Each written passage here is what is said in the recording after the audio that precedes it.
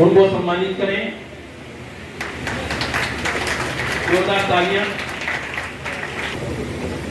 आज के इस प्रोग्राम में आज की प्रोग्राम के चीफ गेस्ट श्रीवास्तव जी, हमारे लोक अधिकारी, हमारे आईटीपी नरेंद्र कायल जी, बड़े भाई प्रमोद गोयल जी, सार्जेंट एटार डॉक्टर सैनी, मेरे छोटा भाई सचिन गर्ग, प्यारे रोटेरियन और शहर की नामचीन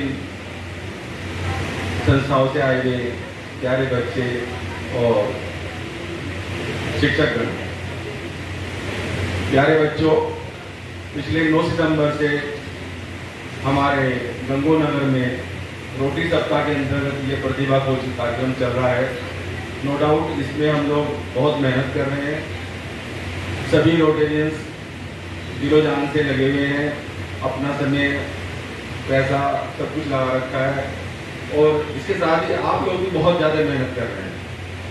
मैं देख रहा हूँ रैली के अंदर, उसके बाद गायन, कल अंतर्राष्ट्रीय के अंदर आप बच्चों ने बहुत मेहनत की। अपेक्षा से अधिक मुझे इतना नहीं पता था कि हमारे बच्चे इतने प्रतिभाशाली हैं। गायन के अंदर बहुत से बच्चे तो मुझे लगता है इंडियन आइडल के काबिल थे। अगर वो मेहनत करें, रियाज करें, ऊपर जा सकते हैं। इतना बड़ा ओवरलुक करके आगे बढ़े। इसी कड़ी में कल एक डिसीजन हमने लिया था। एक्चुअली कार्यक्रम प्रारंभ करने से पहले संचालक महोदय ने डिक्लेयर कर दिया था कि किसी परिस्थिति में कोई भी टीम अगर समान अंक लेकर आती है तो हम उसका निर्णय फर्स्ट सेकंड प्राइज का ड्रॉ के माध्यम से करेंगे। कल इत्तेफाक रहा कि 4 टीम का जो स्कोर था 23 शायद था मेरा, जो मैं 23, तो उसके बाद निर्णय ये लिया गया कि हम लोग जो है, जो टीम हमारी वंचित रहेगी किसी प्राइज से, उन्हें हम सांत्वना पुरस्कार देंगे। तो उन दोनों टीम को हम लोग जो है सांत्वना पुरस्कार देंगे और यही नियम हम आगे भी अपने पूरे सप्ताह के अंदर आने वाली टीम इवेंट है या 16 इवेंट है, अगर समान अंक होंगे तो निर्णय तो ड्रॉ से ही होगा फर्स्ट सेकंड प्राइज का, लेकिन जो वंचित टीम होगी उसको हम सांत्वना पुरस्कार देंगे। धन्यवाद। तक्षशिला किन नदियों के बीच स्थित था? प्राचीन नगर तक्षशिला किन नदियों के बीच?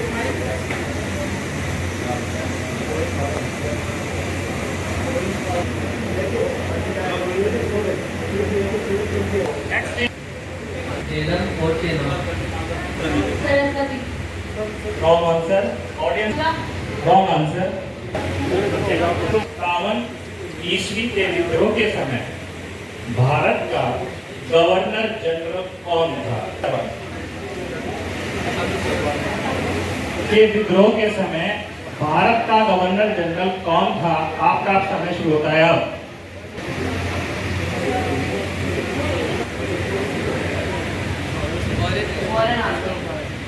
Lord wrong answer. Nicholas wrong. Canning Lord Canning. Team Ganga के लिए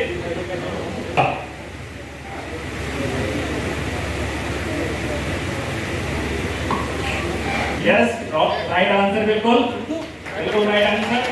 स्वतंत्रता संग्राम के दौरान भारतीय राष्ट्रीय कांग्रेस के नेता कौन थे?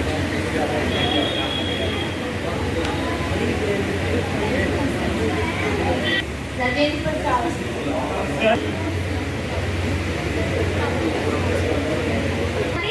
Yes right answer. विद्यालय को गणित और खगोल के योगदानों के लिए जाना जाता है।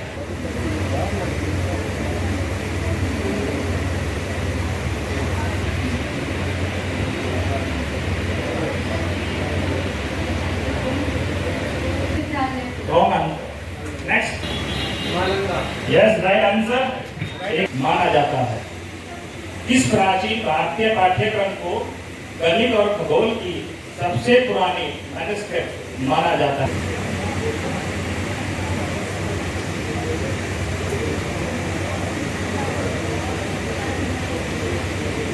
नहीं, pass on, wrong answer, wrong answer sir. का नाम बताइए। यस, अभी के लिए कहा जाता था और उन्होंने स्वतंत्रता पाई थी को पंजाब का शेर कहा जाता था और उन्होंने स्वतंत्रता संग्राम में महत्वपूर्ण next wrong answer Lal Bahadur Shastri. Wrong answer. Lala Lajpat Rai. कुल कितने कांड हैं? Wrong answer. Next 30। Wrong answer.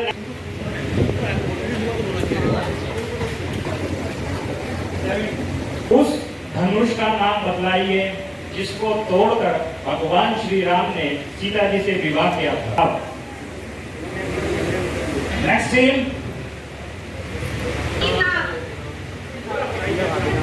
Pinaka है। पिनाक का शिव धनुष है। भारतीय राष्ट्रीय कांग्रेस के अध्यक्ष कौन थे? महिला के रूप में भारतीय राष्ट्रीय कांग्रेस का पदभार ग्रहण किया। Next team. Rajiv Gandhi. Wrong answer. Brahma के लिए टीम के ऋषि का नाम बतलाइए जिन्होंने मानव कल्याण के लिए अपनी अस्थियों का दान किया। रहा है, जरा गौर से देखिए जनाब, इस देश का फिर से बंटवारा किया जा रहा है। इस देश का फिर से बंटवारा किया जा रहा है। मैं कीर्ति चौधरी नामदेव पब्लिक स्कूल से कक्षा 12वीं की छात्रा आप सभी के समक्ष समान नागरिक संहिता के विपक्ष में अपने विचार प्रस्तुत करना चाहती हूँ। जैसे कि हम सब जानते हैं, भारत देश में अलग अलग धर्मों के लोग रहते हैं जिनकी अपनी अपनी परंपराएं एवं मान्यताएं हैं।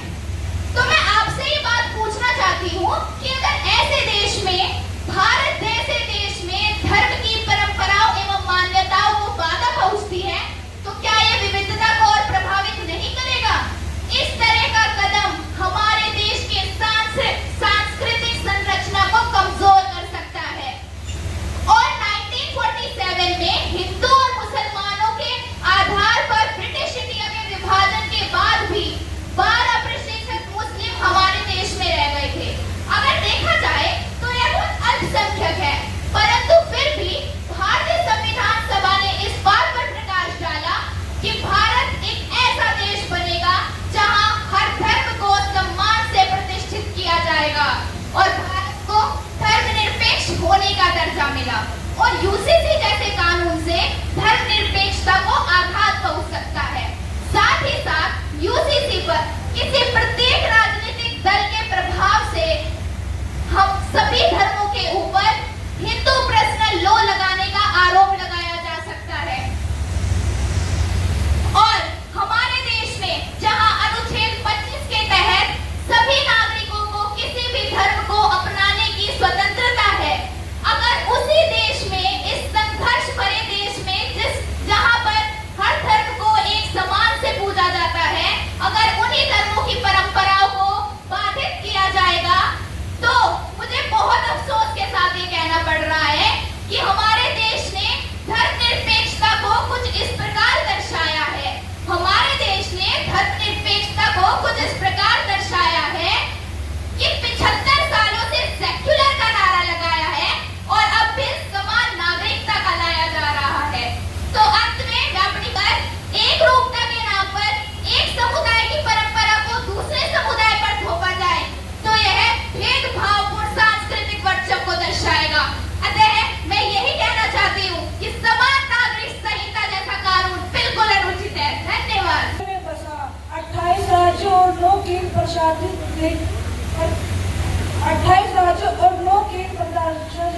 प्रदेशों का जाल 141 करोड़ जनता के कंधों पे खड़ा मेरा भारत देश विशाल। मैं अनुष्का दीप आर्य कन्या इंटर कॉलेज गंगू से आज आपके समक्ष समान नागरिक संहिता के पक्ष में अपने विचार रखना चाहूंगी। आज के संदर्भ में समानता का अर्थ है कि सभी लोगों को समान अधिकार प्राप्त हो और यह बात सत्य है कि सदियों से लोग इस काम के लिए संघर्ष करते आ रहे हैं और जिसके लिए सदियों से संघर्ष किया जा रहा हो वह कार्य गलत कैसे हो सकता है। नागरिक वह व्यक्ति है जो किसी भी देश में रहता हो लेकिन अपने संविधान से समानता और कानून का समान बंटवारा चाहता है।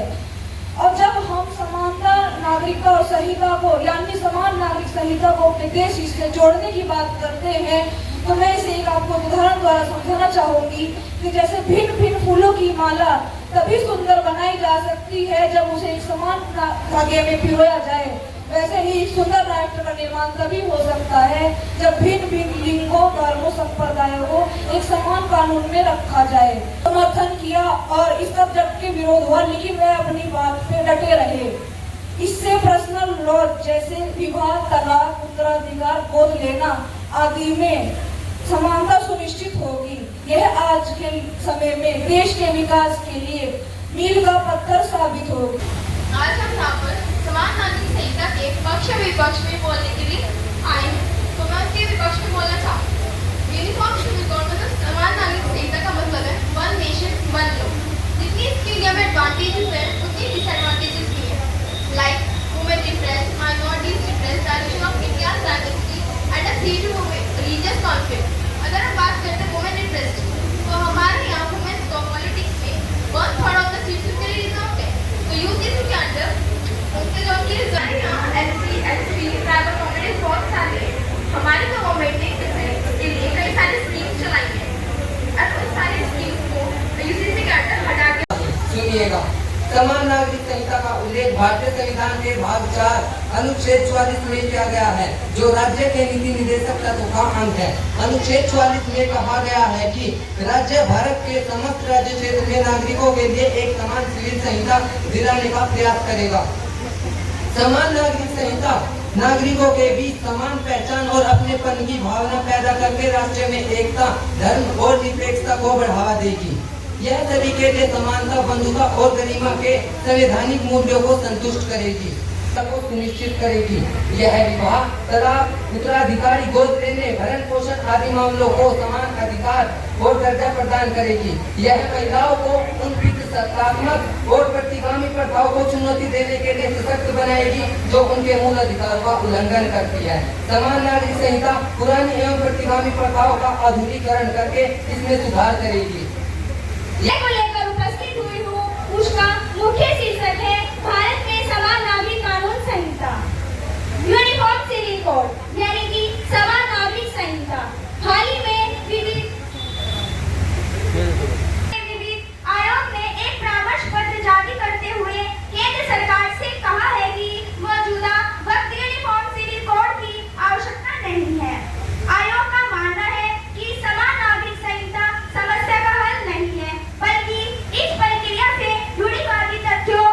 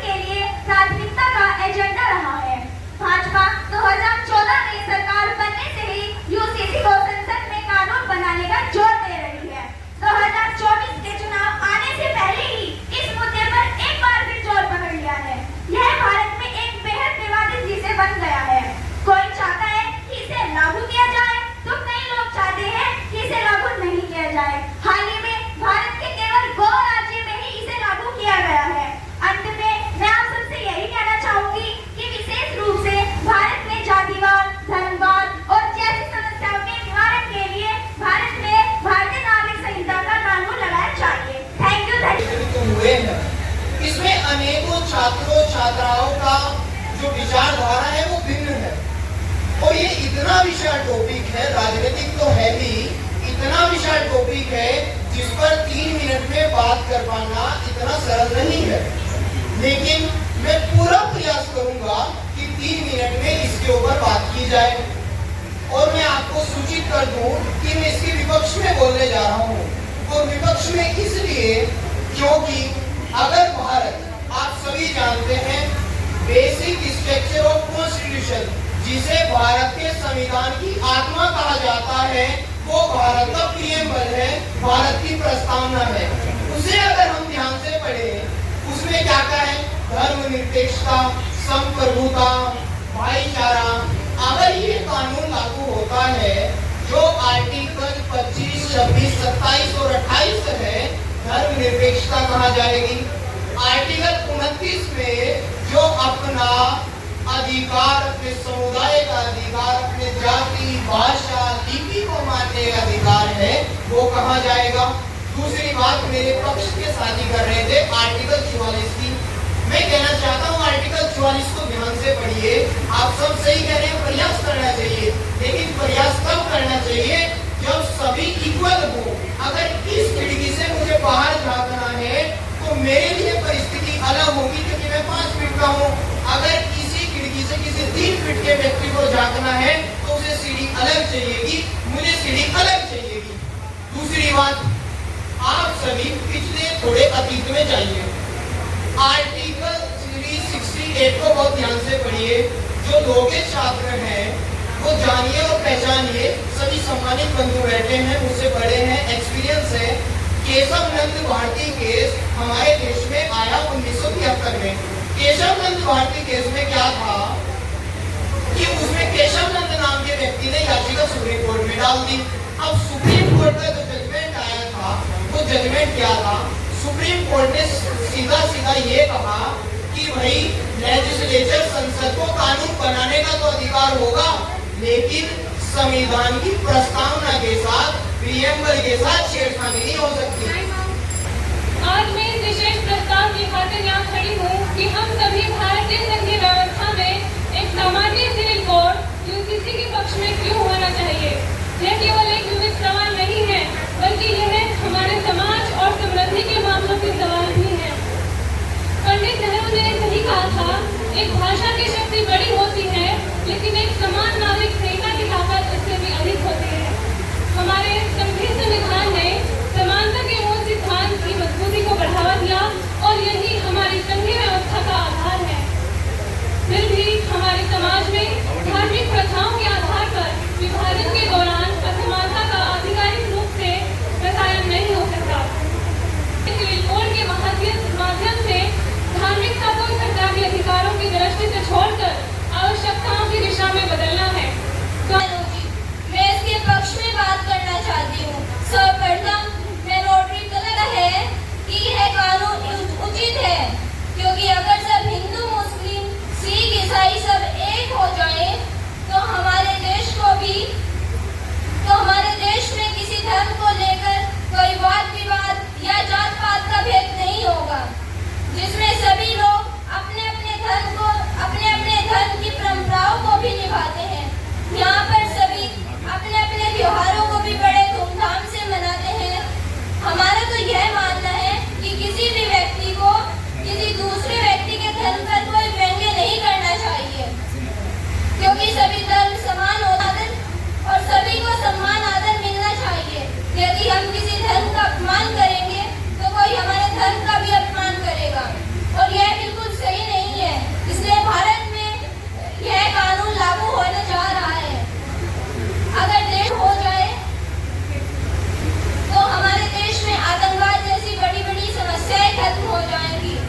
सिविल कोड या समान नागरिक संहिता में देश के सभी धर्मों, समुदायों के लोगों के लिए एक समान कानून बनाने की वकालत की गई है।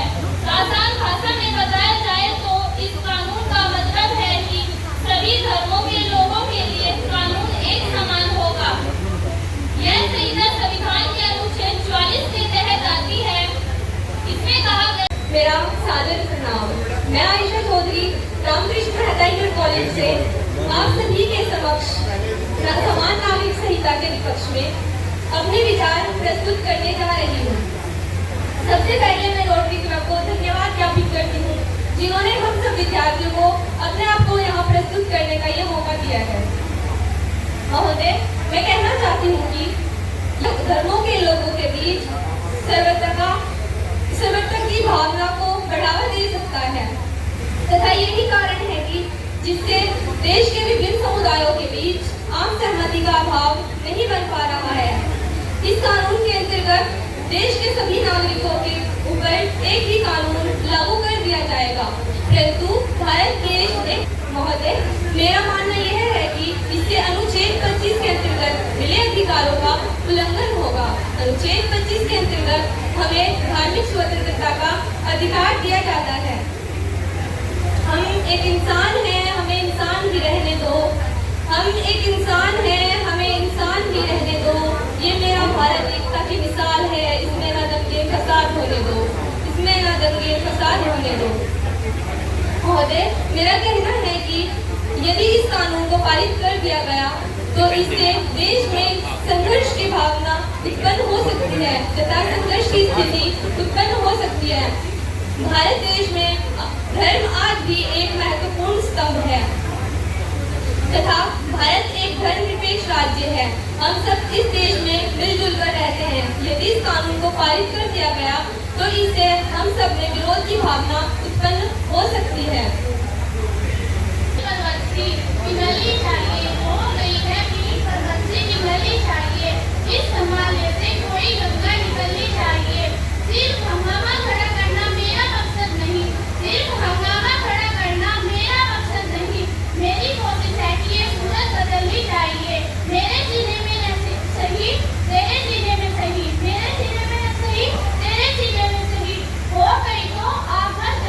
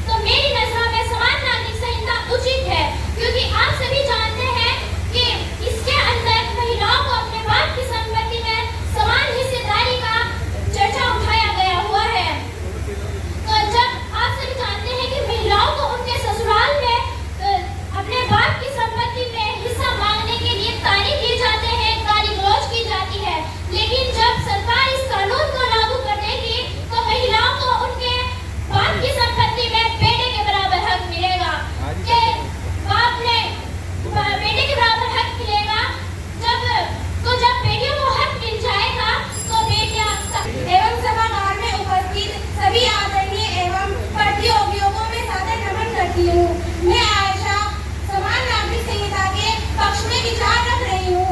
ये आज भारत में ज्वलंत विषय है। इसका अर्थ है अनिवार्य रूप से व्यक्तिगत कानूनों यथा विवाह एवं तलाक, दत्तक एवं प्रतिपालन तथा उत्तराधिकार में विरासत आदि को एकीकृत कर भारत के सभी नागरिकों के लिए धर्मनिरपेक्ष कानूनों का एक सेट तैयार करना। भारतीय संविधान की प्रस्तावना में 42वें संशोधन के माध्यम से धर्मनिरपेक्ष शब्द को प्रविष्ट किया गया है।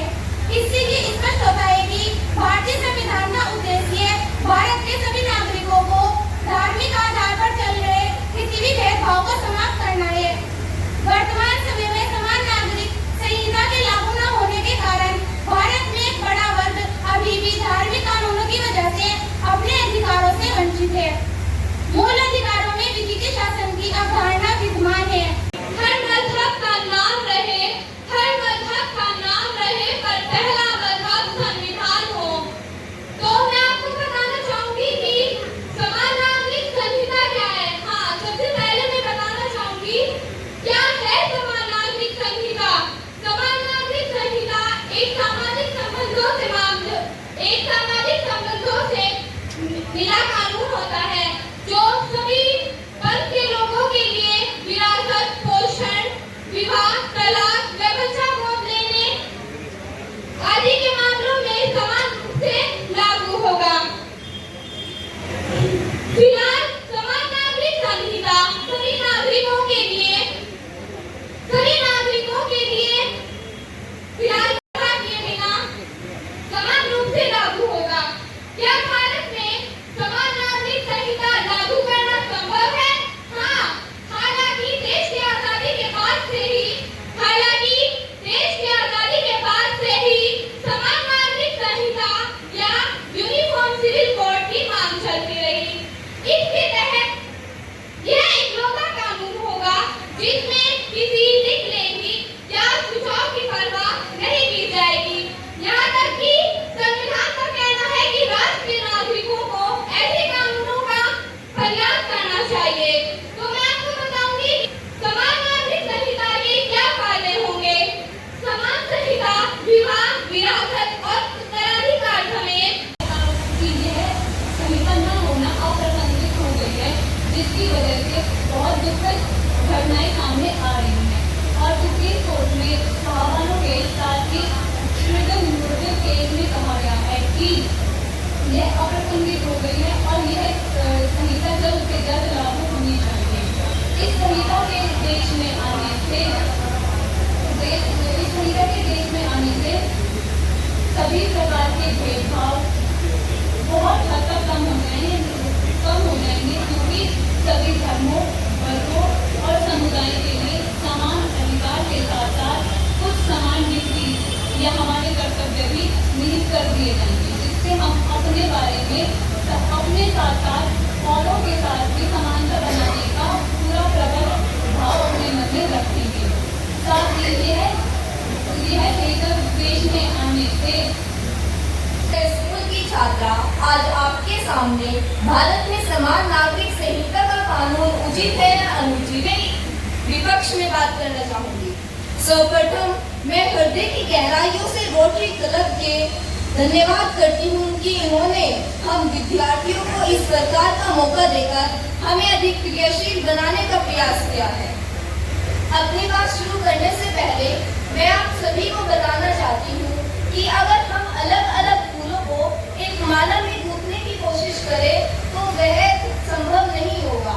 अगर हम सभी धर्मों को एक कानून बना दें, उनका सभी लोग एक कानून फॉलो करें तो वह संभव नहीं होगा। उससे देश में लड़ाई झगड़ों की संभावना होगी, देश में लड़ाई झगड़े ज्यादा होंगे। बता दूं कि समान नागरिक संहिता का कानून छोटे देशों में चल सकता है जहां सिर्फ एक धर्म के लोग होंगे, लेकिन यह सारे देशों में नहीं चल सकता, क्योंकि अगर एक से ज्यादा धर्म के लोग होंगे वहां पर सभी अपना अपना धर्म चाहेंगे, सभी चाहेंगे हमारा धर्म ज्यादा बड़ा हो और सब अपना धर्म फॉलो करते हैं, सभी में लड़ाई झगड़े होंगे। हम अपने देश में समान नागरिक संहिता का कानून लागू करने जा रहे हैं तो उससे हमारा जो विलंबन है उसमें भी हम पाठ करेंगे। हमारे संविधान का आर्टिकल 26 से 28 कहता है कि सभी लोगों को अपने धर्म को मानने का पूर्ण अधिकार है। सब अपने धर्म को मानेंगे और अपने धर्म में सभी जो त्योहार है उनको मनाएंगे। परंतु अगर हम समान नागरिक संहिता का कानून ला दे तो वह धर्म नहीं मनाएंगे और देश में लड़ाई झगड़े होंगे। ऐसे तो हमारा देश अनेकता में एकता का प्रतीक है, वह भी खत्म हो जाएगा। यहाँ पर हर धर्म के लोग हैं, अगर हम एक ही कानून बना दें तो वह खत्म हो जाएगा। एक अनेकता में एकता ही नहीं रहेगी।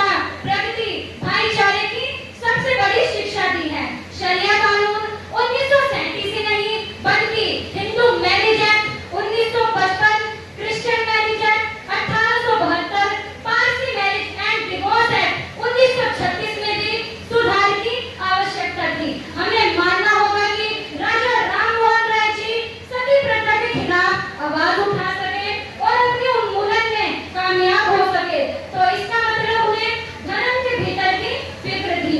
मुश्किल सिर्फ इस बात की नहीं है, बल्कि मुश्किल तो इस बात की है देश के अलग अलग हिस्से में भी एक ही मजहब के लोग अलग अलग हैं। इसलिए अंत में मैं आप सभी से यही कहना चाहूंगी, ऐसे कानून से लोगों के बीच भेदभाव बढ़ रहा है, जो कि देश की एकता के लिए खतरा बन रहा है। इसलिए सरकार को समान नागरिक संहिता शीघ्र लागू करनी चाहिए। धन्यवाद। जय अतिथिगण एवं समस्त गणमान्य नागरिक, मैं आप लोगों के समस्त भारत में समान नागरिक संहिता का कानून उचित या उसी विषय पर अपने विचार प्रकट कर रही हूँ। सुनिएगा।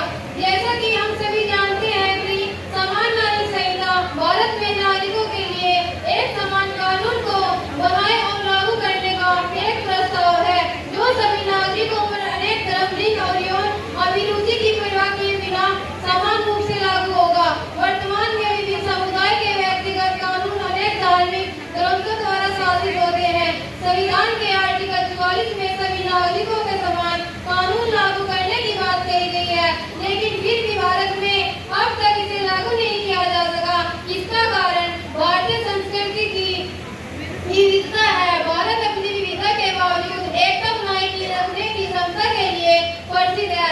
यह हमारे लिए गर्व का विषय है, लेकिन लागू कानून की विविधता के बारे में क्या राष्ट्रीय एकता और लैंगिक न्याय, समानता और महिलाओं की गरिमा को आगे बढ़ाने के लिए समान नागरिक संहिता की स्थापना की मांग को लेकर 2019 में दायर की गई है।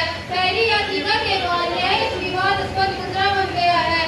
वास्तव में कई महत्वपूर्ण सुधारों ने यूसीसी को बढ़ावा देने में योगदान दिया है। हिंदू कानून में सुधार के लिए हिंदू कोड बिल बेटियों को विरासत का अधिकार प्रदान करने के लिए 9 सितंबर हिंदू उत्तराधिकार अधिनियम 1956 में संशोधन, हिंदू विवाह अधिनियम, अल्पसंख्यक और संरक्षण अधिनियम, दत्तक ग्रहण और भरण पोषण अधिनियम और किसी भी धार्मिक व्यक्तिगत कानून के बाहर नागरिक विवाह के विशेष विवाह अधिनियम, इस कानून को लागू करना अति आवश्यक है, जिससे विशिष्ट धार्मिक कानूनों द्वारा उत्पन्न लैंगिक असमानता का समाप्त होना, सभी धर्मों के समाज की उच्च वर्गीय विसर्जनात्मक अवधारणा को गंभीर समाज समाप्त होगी। भारत में एकीकरण को बल मिलेगा, सभी नागरिकों को समान दर्जा प्राप्त होगा, वोट बैंक की राजनीति को कम करने में मदद मिलेगी, धर्मनिरपेक्षता को बढ़ावा मिलेगा, युवाओं की आकांक्षा को पूर्ति होगी, वैश्विक प्रगति के साथ तालमेल करेगा, नागरिक संहिता समाज की उन्नति के सहायता करेगी और भारत करने में मदद करेगी। मैं अपने वाणी को विराम देती हूँ। इस अवसर पर मुझे कुछ शब्द कहने का मौका दिया। आज का हमारा जो विषय है वो है समान नागरिक संहिता। दरअसल इस विषय पर लोगों को बहुत शंका रहती है। मैं आपको बता दूं, इसे यूनिफॉर्म सिविल कोड या यूसीसी के नाम से भी जाना जाता है, अर्थात एक ऐसा कानून जो सभी धर्मों, सभी जाति और सभी पंथों के लोगों पर समान रूप से लागू होता है। और दरअसल लोग यह नहीं समझ पा रहे हैं कि इसका सही मतलब क्या है। दरअसल जब आप सोचकर देखिए जरा, जब आप एक देश को जोड़ने की बात करते हैं, जब आप एक देश को एकजुट करने की बात करते हैं, तो उस देश में एक कानून क्यों नहीं होना चाहिए, उस देश में एक संहिता क्यों नहीं होनी चाहिए। जो यहाँ पर यूसीसी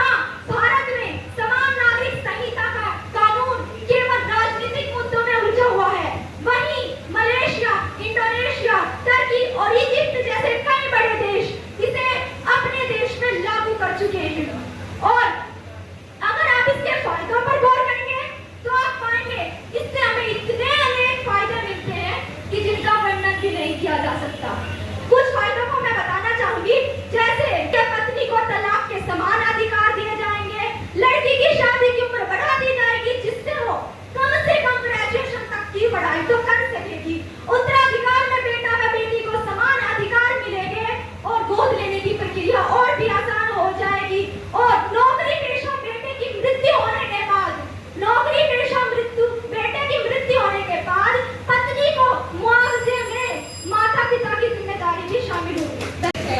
Religions के according Hindu undivided family law and Muslim personal law है। और हिंदू undivided family law के अंदर लड़कियों की शादी की एज 18 वर्ष होनी चाहिए, उसके पहले वो अमान्य होगी। और अगर मुस्लिम पर्सनल लॉ की बात करें तो ये अगर उनकी शादी 12 से 13 वर्ष की आयु तक की जाए तो अमान्य होगी, क्योंकि वो शरीयत की होती है। लेकिन ऐसा क्यों है? आप मुझे बताइए कि अगर किसी लड़की की शादी इतनी उस एज में की जाए जो उसके डेवलपमेंट की एज है, वो डेवलपमेंट मेंटल फिजिकल मेंटल और सोशल डेवलपमेंट, अगर उस एज में की जाए और जिस एज में खुद ही बच्ची है उसके बच्चे हो जाए, ये कहाँ तक सही है और कौन से सही कर सकता है? आप बताइए कि तलाक के मुद्दे पर उसे बिना किसी गुजारे होने के छोड़ देना, ये कहाँ का कानून है? और ये कहाँ का कानून है कि उनके पेरेंट्स की प्रॉपर्टी में उन्हें कोई हक नहीं मिलेगा जब वो अपने पेरेंट्स के बच्चे नहीं है? इसके बिना भी इन सबके बाद भी लोग कहते हैं कि रिलीजन के बेस पर ही सभी कानून होने चाहिए। ठीक है, कर लीजिए, लेकिन फिर एक काम कीजिए, क्रिमिनल लॉज को रिलीजन के आधार पर ही बांटिए। क्रिमिनल लॉज के अकॉर्डिंग अगर हम मुस्लिम धर्म की बात करें तो वहाँ पर शराब पीने पर गोले मारे जाते हैं, अदर क्राइम्स के लिए स्टोनिंग एंड इवन चोरी का जो आप कहें, जो आपको सेफ जोन में रख रहा है वो तो नहीं, हम आप रिलीजियस कॉन्सेप्ट अडॉप्ट कर रहे हैं। लेकिन जहाँ आपको लग रहा है कि आपको अपने अंदर सुधार करना पड़ेगा, वहाँ आप चुप है, उसके ऊपर कोई डिस्कशन भी नहीं करता। अब सेक्युलर लोग कहते हैं ये सेक्युलर कंट्री है, इसके लिए दो बात क्या कहना चाहूंगी। हिंदू मुस्लिम ऐसा महान राष्ट्र हमारा हिंदुस्तान है, इंसानियत सर्वोपरि है। अब सेक्युलर के लिए लोग कहते हैं कि ये सेक्युलर कंट्री होना चाहिए और इसी के लिए यूसीसी आया है। यूसीसी का मतलब ये समान नागरिक खरीदा, लोग समझ नहीं है। अब वही लोग चाहते हैं कि समान नागरिक सेक्युलर वही ये कह रहे हैं कि इससे हमारे धर्म में परिवर्तन हो जाएगा, कोई लाठी रखने पर खड़े हो जाते हैं, हमारा धर्म बदला जाएगा। कुछ ना कुछ तो बदलना पड़ेगा, पिछले से अब तक कुछ नहीं बदला है, बहुत सी चीजें बदली हैं, जिसमें सुधार हुआ है वो उचित है। ठीक है, अगर हम फिर भी कहते हैं तो आप शादी आपको सिख धर्म के अकॉर्डिंग करनी होगी, चाहे आप किसी भी धर्म से आते हैं। हाँ, इतना हो सकता है कि आपको अपनी शादी का रजिस्ट्रेशन कराना होगा और निर्धारित उम्र के अनुसार शादी करनी होगी। दैट्स इट, इतना ही नहीं, इसलिए इतना बड़ा कंट्रोवर्शियल टॉपिक नहीं है जिसमें बना दिया गया है। धन्यवाद डॉक्टर सर। सर्वप्रथम मैं रोटरी क्लब गंगो को धन्यवाद देता हूँ कि उन्होंने मुझे आमंत्रित किया इस मंच पर बोलने के लिए, और डाइस पर उपस्थित रोटरी क्लब गंगो के अध्यक्ष डॉक्टर मनोज जैन जी, सचिव सचिन गर्ग जी, कोषाध्यक्ष मुकेश गुप्ता जी, कार्यक्रम संयोजक हमारे बड़े भाई डॉक्टर नरेंद्र कुमार जी, और आज के मुख्य अतिथि जो पूर्व विधायक रहे हैं श्री सुशील कुमार जी, सुशील चौधरी जी, प्यारे बच्चों, उनके साथ आए समस्त अभिभावक, निर्णायक मंडल और सभी अतिथिगण जो इस सभागार में उपस्थित हैं। हमारे बड़े भाई साहब मेरा परिचय दे चुके हैं। मैं गवर्नमेंट डिग्री कॉलेज, आपके लाला कृष्ण गवर्नमेंट डिग्री कॉलेज में असिस्टेंट प्रोफेसर के पद पर हूँ।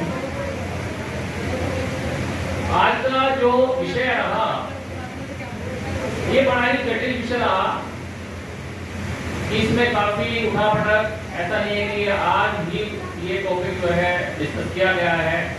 ये हमारे पहली लोकसभा या संसद में कहे तो उसमें भी ये डिस्कस हो चुका है। यूसीसी आप लोग सब बता चुके हैं क्या है। मेन इसमें जो है 3 चीज जो सामने आई है, एक तो शादी, दूसरा तलाक और तीसरा है बच्चों को गोद लेने वाला।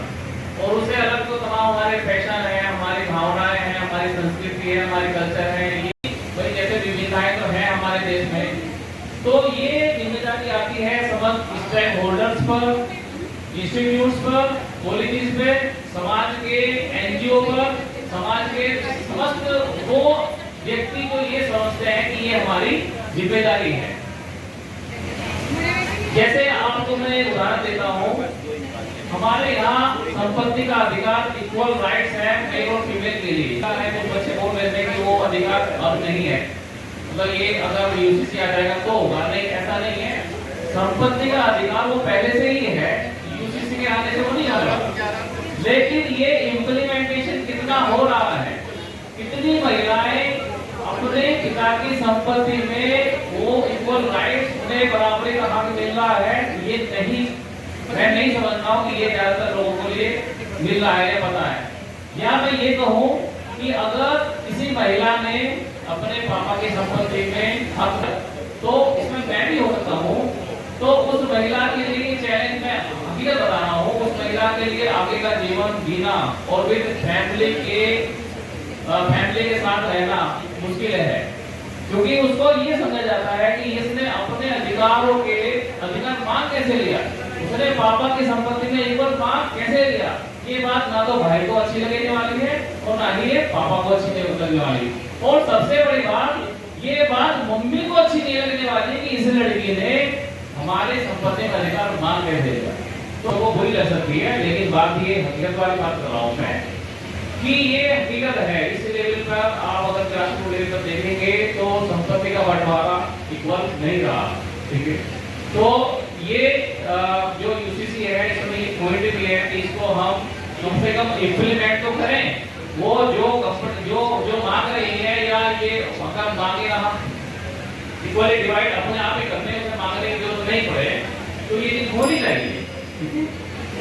एक जो थोड़ा सा ध्यान रखें, वो मैं अगर संपत्ति के राइट्स की बात कर रहा हूँ तो कहीं ना कहीं ये बात जो है, मुझे अगर सपोज कीजिए कि मेरी सिस्टर मांगती है तो मुझे अभी भी पता नहीं है कि मेरा रिएक्शन क्या होगा या परिवार का रिएक्शन क्या होगा, लेकिन ये होना नहीं चाहिए, मतलब गलत है।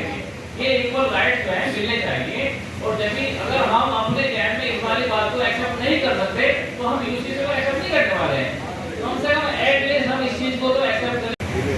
अब बात आती है कि यूनिफॉर्म सिविल कोड को पास कैसे करें, कैसे सभी की भावनाओं को एक करके इसको पारित किया जाए।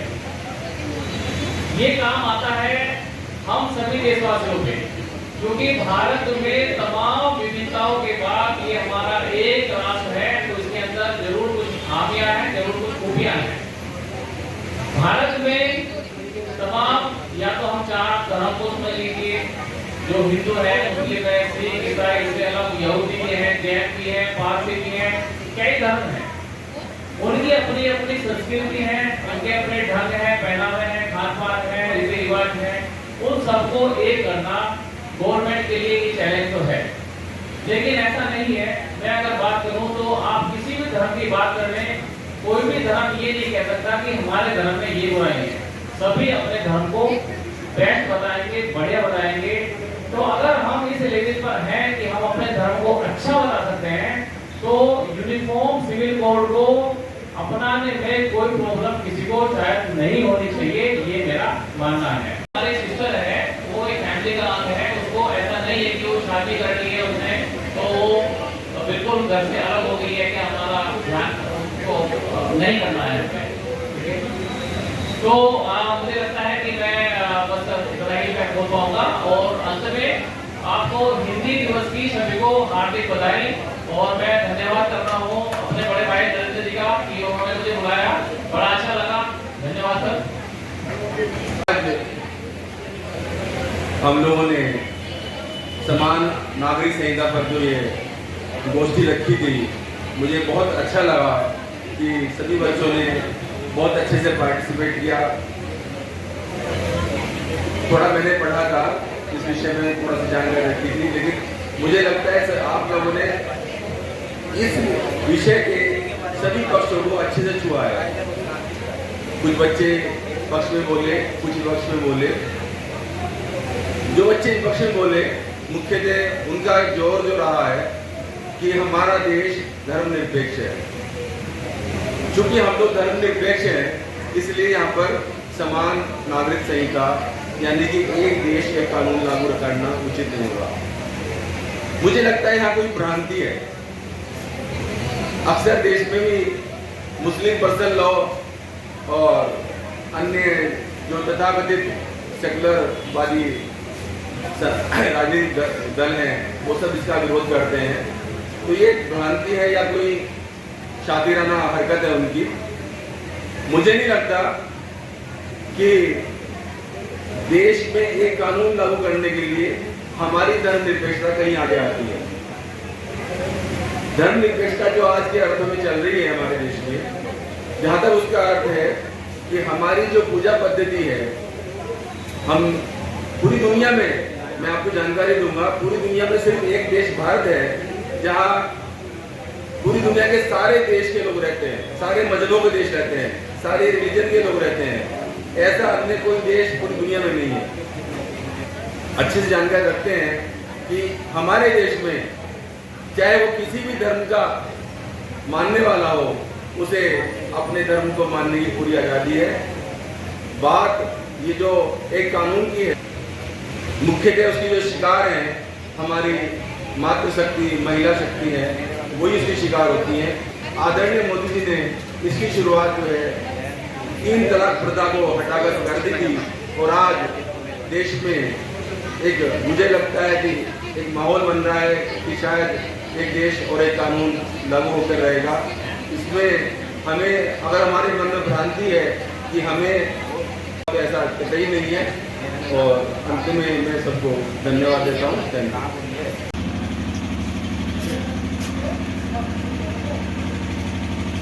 रोटरी चेयरमैन विकास सिंघल अपनी पत्नी के साथ कार्यक्रम में पूरा सहयोग